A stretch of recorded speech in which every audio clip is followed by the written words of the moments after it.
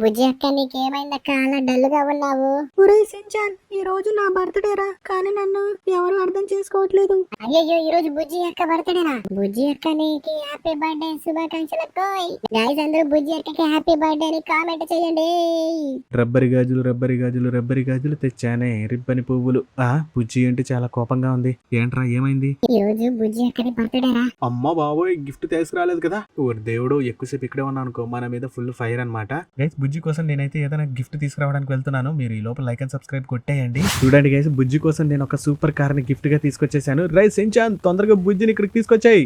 ఇదిగోండి గైస్, బుజ్జి సించాన్ ఇద్దరు వచ్చేసారు. బుజ్జి గిఫ్ట్ ని ఓపెన్ చేసి చూడు. అలాగే రా, చూస్తాను. ఏంటబ్బా ఇది?